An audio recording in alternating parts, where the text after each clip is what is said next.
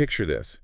It's 1974. Platform shoes. Bell bottoms. Disco fever. And the world can't stop talking about this Japanese soldier. Right out of the jungle. The Philippines, of all places. Get this, he thought World War II was still going on. Still going strong. Lieutenant Hiro Onoda. It's almost too crazy to be true. It really is. But it is, right? I mean, this is really a thing. Every word. That's what we're getting into today. The whole 9 yards. Hiro Onoda, this is his story. His story. And it's one for the books. Let me tell you. We've got military records, we've got his letters, personal life, interviews, the whole shebang. After he came back, re-entered society, I guess you could say. Yeah, because how do you even come back from that, right? To live through something like that. It's mind-blowing. And then try to tell people about it. I mean, to have that kind of experience. They look at you like you've got 10 heads, probably. Exactly. But that's what makes it so fascinating, right? Absolutely. Okay, so rewind with me. 1922, Onoda's born in Japan. Okay. One of 7 kids. Pretty normal. Normal family, yeah. Nothing too out of the ordinary. Works as a salesman for a bit. Not exactly. Like future soldier material. Right. I mean, who'd have guessed looking at him then? Totally. And then, bam. Pearl Harbor. 1941. Changes everything. Everything changes. And not just for him, but... the whole world, really. For the world. But for Onoda, this is... life-altering. Life-altering. Another way to put it. So Japan's at war. Next thing you know, he's drafted, shipped off to the Philippines. Philippines, of all places. This tiny little island. Lubang Island. Strategic, though, they say. Oh, yeah, they needed it. Oh, absolutely. Key location. And he's climbing the ranks, Lieutenant Onoda. Just imagine. But here's where it gets interesting. Okay, It's before he even ships out. Okay. His CO General Muto. Tough as nails, that one. Gives him an order. An order. A direct order. Let me guess. And these words? They stick with him. Oh, I bet they did. For decades. What were they? You are absolutely forbidden to die by your own hand. Whoa. We will come back for you. Intense. And tense. Talk about pressure, right? Right. But that was wartime Japan for you. Booty, loyalty, all that. It's like those words became his reality. North Star, you could say. Even as the world was changing around him. Spinning. August 1945. The bombs. Hiroshima and Nagasaki. The world stood still. Japan surrenders. It's over. It's over, but news traveled slow back then. Oh, especially to those tiny islands, forgotten by time. Especially to a place like Lubang. Cut off, Completely. No internet, no phones, nothing. Nowadays, we know everything instantly. Right at your fingertips. But back then, it was all radio. Crackling radios, if you were lucky. Leaflets, even. Messages in bottles, practically. So imagine Onoda and his unit. Stuck in 44. They get these leaflets about the surrender. Yeah. Straight up propaganda, they thought. No way they'd believe it, huh? No way. And there was even a printing error. A printing error? Yeah, something about a direct imperial order. Ah, I see. Didn't make sense to them. They thought it was fake, right? Had to be fake. Classic. So the world's celebrating... peace. And Onoda's... still fighting. Still fighting a war that's already over. The war that's over. Confirmation bias, they call it. Confirmation bias, right. If you see what you want to see, hear what you want to hear. Exactly. Especially when you're in that deep. And they were deep. Oh, yeah. Jungle life. They were surviving on scraps. Rations running low. Hunting anything to survive. And always looking over their shoulders. Always on edge. Every noise could be the enemy. Because in their minds, the enemy was still out there. Still out there, yeah. Makes you think, doesn't it? Yeah, it really does. The power of belief, The power of belief. Even when it's not grounded in reality. But it wasn't all smooth sailing, even for them. Why not? 1949. One of their own. One of their own. Private Akatsu. What about him? Manages to escape. Escape. And surrenders. Surrenders to who? To the Filipinos. No way. Yes. Wait, so there were other soldiers with them this whole time? Yeah, they were a small group. And one of them just, decided it was all a bunch of baloney and walked out? Well, it wasn't quite like that. Okay, so what's the story? He actually tried to convince them. Really? Yeah, he kept telling Onoda. Like, hey, guys. This is crazy. The war's over. We're on the wrong side of history here. And Onoda was just like... nope, not buying it. Fake news. Basically. He thought Akatsu was being tricked. Brainwashed or something. Yeah, something like that. It's wild, right? It really is.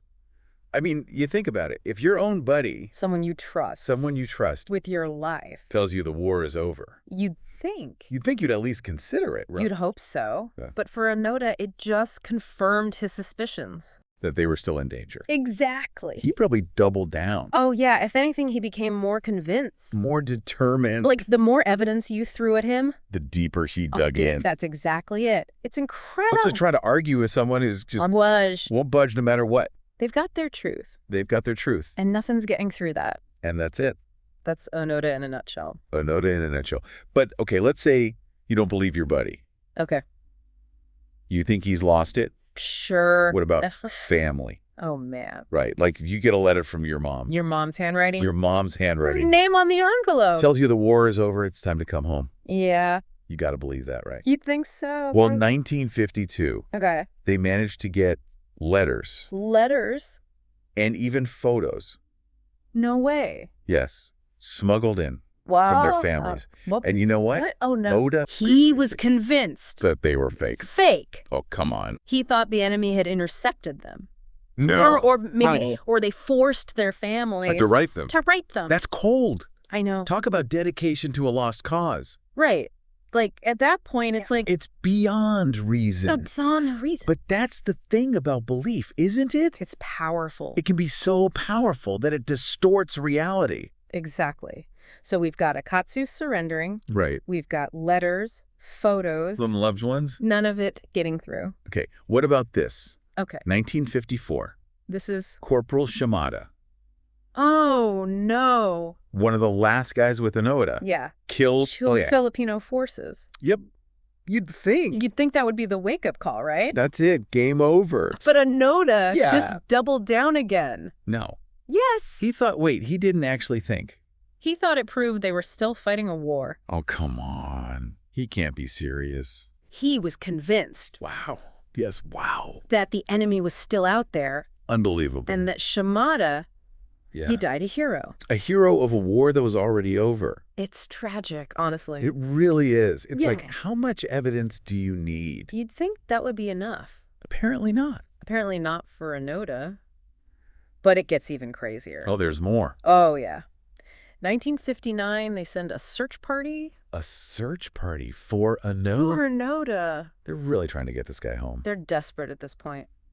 Makes sense. They even bring his brother. His brother? Yes.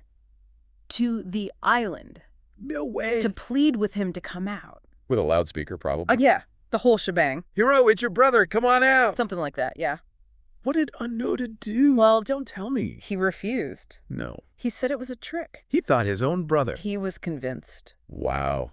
That's next level. Next level delusion, right? It's almost heartbreaking. You know? Yeah. Like how isolated. How cut off from reality can you be? To the point where you don't even trust your own family. It makes you wonder what could possibly break through that. That's the million-dollar question, isn't it? Because for years, nothing could. Nothing. And then enter Norio Suzuki. Norio Suzuki. Who is this guy? Okay, so imagine, this is 1974 now. Okay.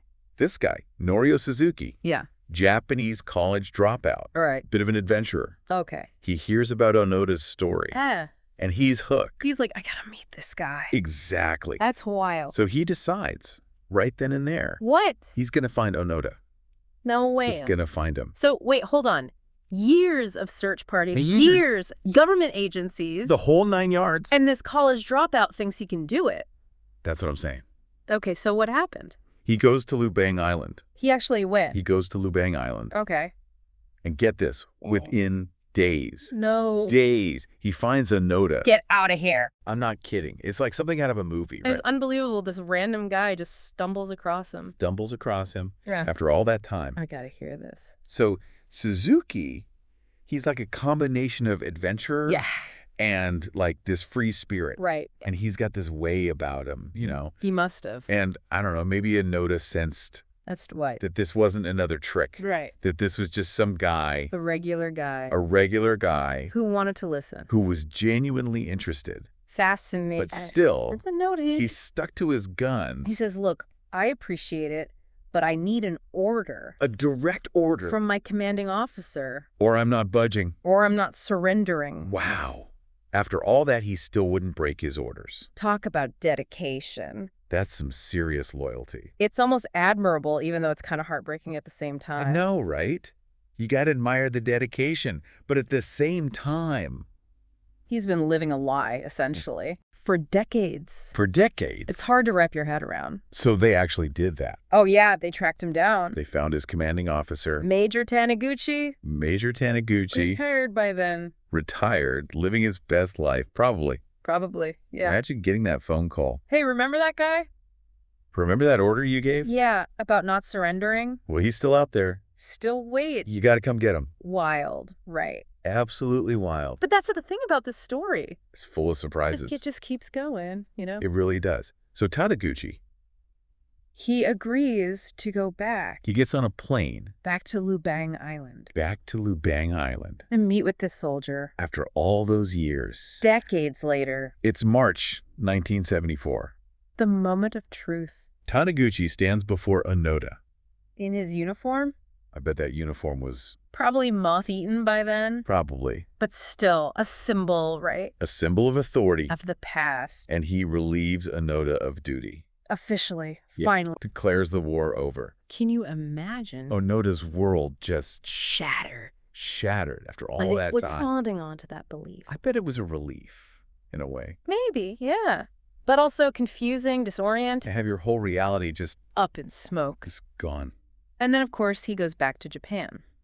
to a completely different world. 1974 Japan, can you imagine? Think about culture shock. He left behind a country at war. Emerging from the ashes. And he comes back to Bullet trains, neon lights, economic powerhouse. the works. Must have been overwhelming. Understatement. How did he even begin to process all that? It wasn't easy, that's for sure. He struggled to adapt. I can only imagine. He even said at one Yeah. point What's that? that he was disappointed Disappointed. in how much Japan had changed. Really? He thought they'd lost their way, you know. After all he'd done. He'd clung to this idea of Japan, This wartime ideal. and it wasn't there anymore. I guess that makes sense, in a way. Tragic, really. It really is. But he found his way eventually. He did. Oh, yeah. Got married. Aw. Lived in Brazil for a while. Brazil. Yeah, worked on a ranch. Wow, that's quite a change of pace. Right. From the jungle to the ranch. And then eventually he went back to Japan. Opened up a nature school A nature school. for kids. That's actually really beautiful. It is, isn't it? He took all those experiences, The good, the bad. and he turned it into something positive. He found peace, you know? That's what matters, I guess. It really is. So after all of that, all the twists and turns, Unbelievable moments. what's the takeaway here? I think it's about the power of belief. The power of belief, How it can shape us. for better or for worse, right? Exactly. Onoda, he clung to his beliefs so tightly. Even when they were leading him astray.